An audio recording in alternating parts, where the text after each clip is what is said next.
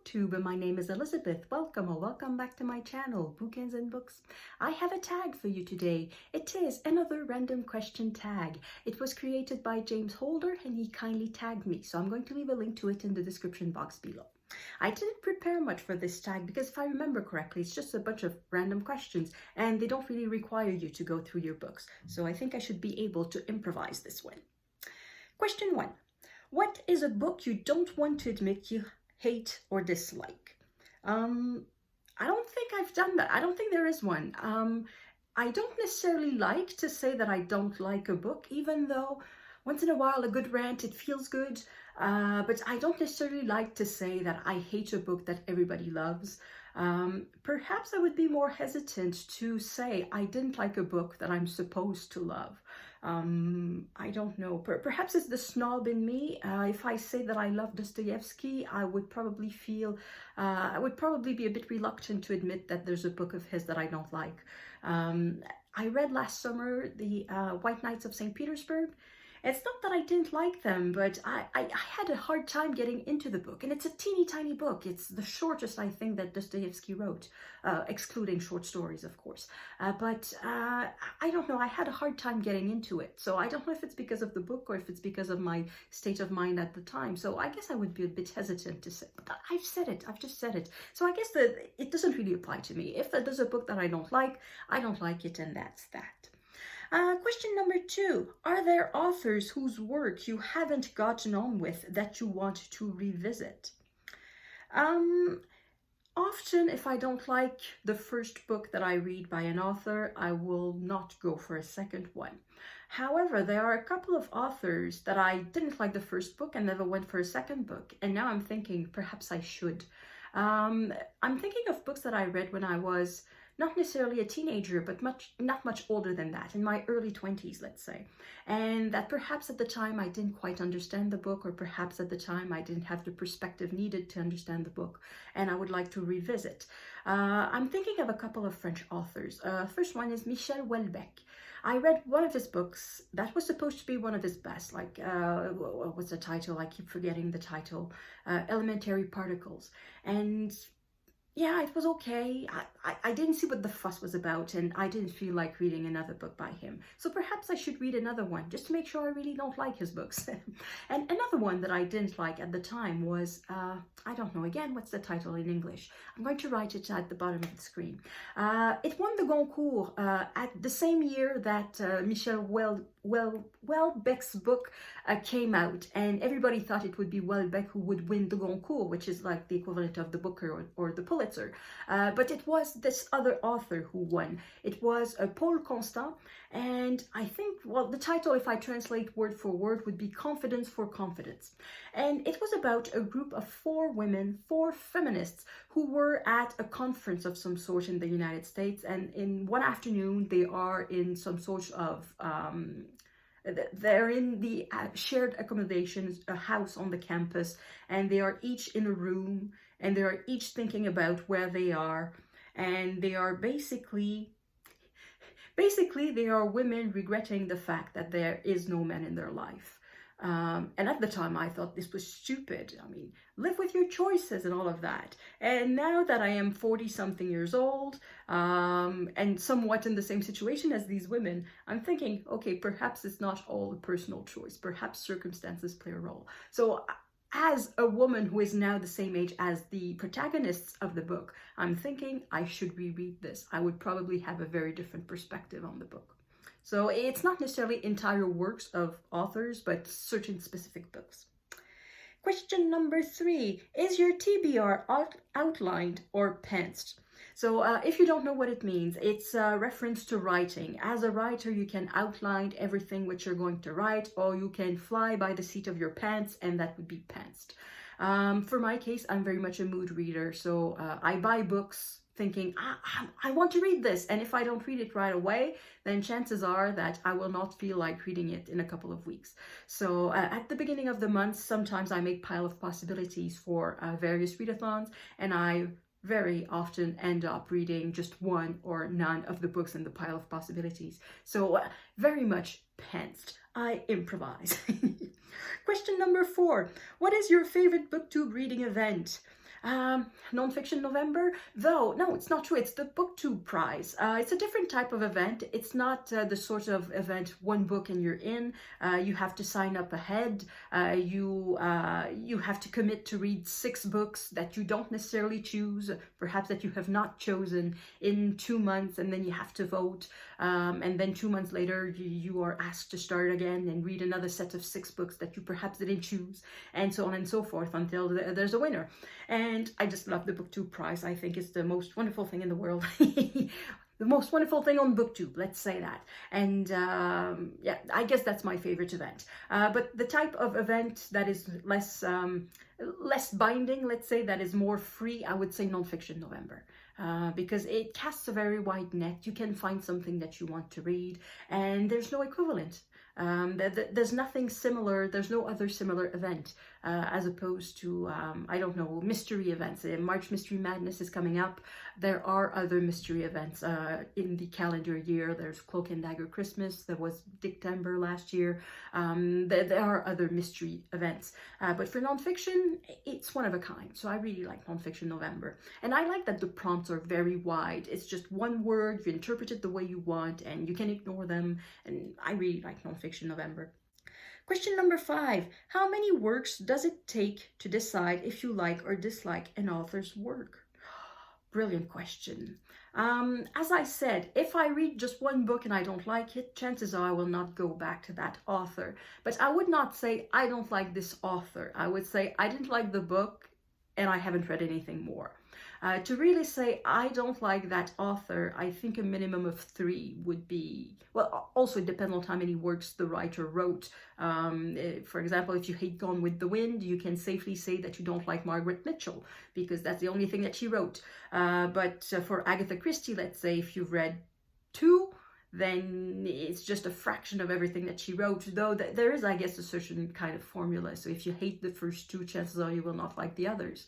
So yeah, I guess it really depends on the author, but I would say a minimum of 3, probably 5 would be more credible. Yeah, I've read 5 of that person's books and I hate them all. You can say you don't like the author's work, but I wouldn't go there. If I don't like it after 3, I would certainly stop, and I stop after 1. So, so I guess 3 would be enough.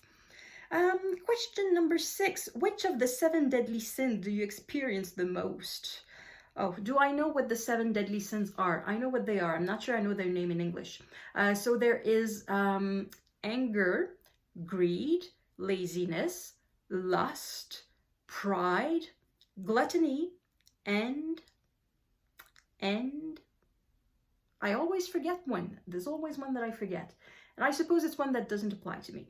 The one that applies to me is laziness. Yeah, it's, yeah. I won't explain, I think. I'm too lazy to explain. I won't even bother to explain. Self-explanatory. I'm lazy. As you can see on Booktube, I just set up the phone and that's it. I don't bother with thumbnails. I don't bother with, I don't know, making a little introduction. I don't bother with microphones. Oh, I did buy a microphone, but I did not buy the correct, I don't know how you call it, thing to plug it in the phone. So anyway, so basically I'm kind of lazy. So yeah, laziness, definitely. Question 7. Which of the Olympian gods is your favorite? I cannot say that I know them all personally, but I would say that Athena is rather awesome. She's the goddess of wisdom, and she's also a goddess of war. So she's very strong and she's very wise. Can you really ask for more? And of all the gods and goddesses, she seems to be the one that wreaks the least havoc, particularly if you compare to Zeus, to Aphrodite, to Juno, to Poseidon. They can wreak a lot of havoc, but Athena seems to be a little more restrained. Not always, but Greek gods can be a bit fickle. Question number 8. What is your go-to special event meal? For cooking, I cannot say that I cook for special events, so that would not be my case. I would say, well, it tends to be beef. I'm not going to say, well, not ground beef, but a nice piece of steak or roast beefs or something like that. If I go to a restaurant, chances are I'll go for the meat for the precise reason that I don't cook any. So when I go to restaurants, I know it's going to be a good cut, and I know that it's going to be well cooked. So I tend to go for that. Question number 9. Do you attend local celebrations, fairs, festival, markets, etc.? No. I live in Ottawa, that is the capital of Canada, and on July 1st there tends to be a lot of festivities, and they are very close to where I live, and I avoid them like the plague. I don't like them. Way too many people, and I don't see what's the fun in it. I don't really like them. That being said, sometimes there are festivals that I like. For example, there's a Chamber Fest. So that's a festival of chamber music. Well, once upon a time, I used not to work for the entire summer. I used to have the entire summer free.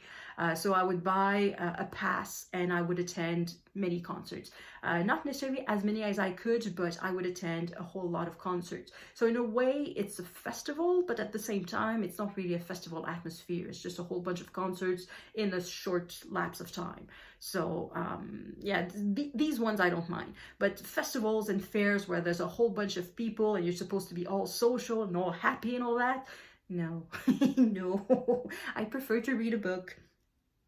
Question number 10. Do you prefer the city, suburbs, small towns, or the country? Well, I live in a city and I think I like it. Of course, I think the answer would be different if I had a family with children. I can totally see the appeal of suburb for a person who has a family. To raise a family, the suburbs or small towns, they sound lovely. But as a person living on my own, I think the city is wonderful. And I deliberately chose to live in the middle of the city so that I would be within walking distance of pretty much everything. And I think it's great to just open the door, go outside, and I'm near everything that I need. That is great. Of course, it's noisy. Of course, there's a lot of people, and I'm not a people person, but I like this city. And if there was to be a second choice, I would go for the countryside. I guess it's an all or nothing kind of situation. Either a lot of people and everything close, or no people and nothing close. Yeah. Question number 11. Are there any booktube videos you have hard time making? Reviews. I don't do a lot of reviews. Well, my reviews tend to be reactions more than specific reviews.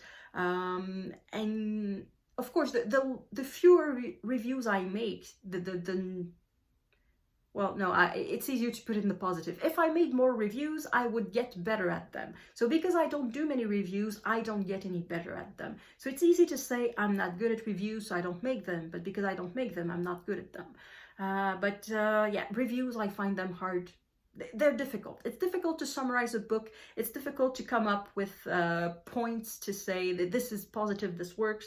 This doesn't work is easier. It's easier to say this doesn't work. That I can find easily. But what works, that's very difficult. I don't always see it. So, well, I don't know. I can feel it, I guess. When I love a book, I figure it's because it works. But why exactly? I don't know. So anyway, reviews. Question number 12. Are you interested in local history? Yes and no. I live in Ottawa and I don't know very much the history of Ottawa. If you ask me to name mayors of the past, I don't know. I know who they are since I've been living here, but from before I was here, I don't know. How the city was made, I don't know. But I love small things in local history. I love to know when a building was built. I love to know why, the reason why a street has a certain name, who's behind that name. I like to know this building, for example, what did it used to be before it became, I don't know, before it became a hotel? What was it before? Was it always a hotel? Was it first an apartment building? Was it first an office? Things like that. I like to know the local histories. I have a book here. Yeah, here. There we go. That's a book of local history, Bytown, 1847, Elizabeth Briere and the Irish Famine Refugee. So, yeah, this is a picture of Ottawa in 1840 something, I guess, and I can recognize the buildings. So it's the sort of thing that I like to know, that this building was constructed at that year and all that. You know, the small thing in history. And I also like sorts of unusual tidbits of history. I remember reading one article. I'm going to try to leave a link to it in the description box below. The type of almost urban legend, but it's not a legend, it's probably true. So there's the person writing the article, the column in the newspaper, talking to somebody who works in the sewers. And the question is, what is the weirdest thing you ever found in a sewer? And the answer is a train. Apparently, the person was working in a sewer to repair something, and it led to another tunnel. And in that tunnel, there was a train. And I'm going to try to find the article, and there's more details in there. But apparently it dates back from the time when that particular part of the city was very industrial. And in the 19th century, it was not rare to have teeny tiny tracks running from one building to the next over a few hundred yards. And apparently when they demolished the thing, they left the train track and the train in the tunnel. And yeah, that's the sort of thing I'm wondering, is the train still there? Because recently in Ottawa, they built a light rail train, and most of it is on the ground, but in downtown, it is underground. And I'm wondering, did they find the other train? When they dug, did they find the other train? So I don't know about that. So that's the teeny tiny things that I like to know about my town. Question number, I was at 13. What subjects were your favorites in school? I loved history. I loved mathematics in a way. I don't think I realized it at the time, but now that I'm older, I think I realized that I really liked mathematics. And I was good at it. And when I was in college, my teacher thought that I would go to university in mathematics, but at the time I was appalled at the idea. Math? Ugh. And yeah, but in hindsight, I think she was right. I think I would have liked studying mathematics at university, but I didn't. I studied history instead. So I'm going to say history. And then I studied translation. I'm a translator. So yeah, I studied translation after having studied history. Question number 14. If you could go back in time and change one thing in your life, what would it be? I suppose, I don't know. I cannot say that there's something that I did that I would go back and I would erase it. I'm happy with my life. There's nothing major I would like to change. But I wonder sometimes, to take the analogy of the train, you know, that sometimes that there's, I don't know the word, there's a V in the road, and depending on how the tracks are made, you either go on one side or on the other side. And sometimes I wonder, what if I had made the other choice? Where would I be now? And it would be the high school where I went. I did not go to the local high school. I went to a private school that was a few miles out of town. But I had applied to 2 private schools and I was admitted to both. And I chose one thinking that my best friend was going there. It turned out that she was not. And now I wonder, if I had chosen the other one, where would I be now? And somehow I think my life would be entirely different. I think I would have made entirely different choices. Perhaps I'm wrong. Perhaps I would have been the exact same person at the end of it. But I think in high school is very much where you find yourself and where you build your own identity. And I'm pretty sure that if I had gone to that different high school, I would be a different person at the end of it.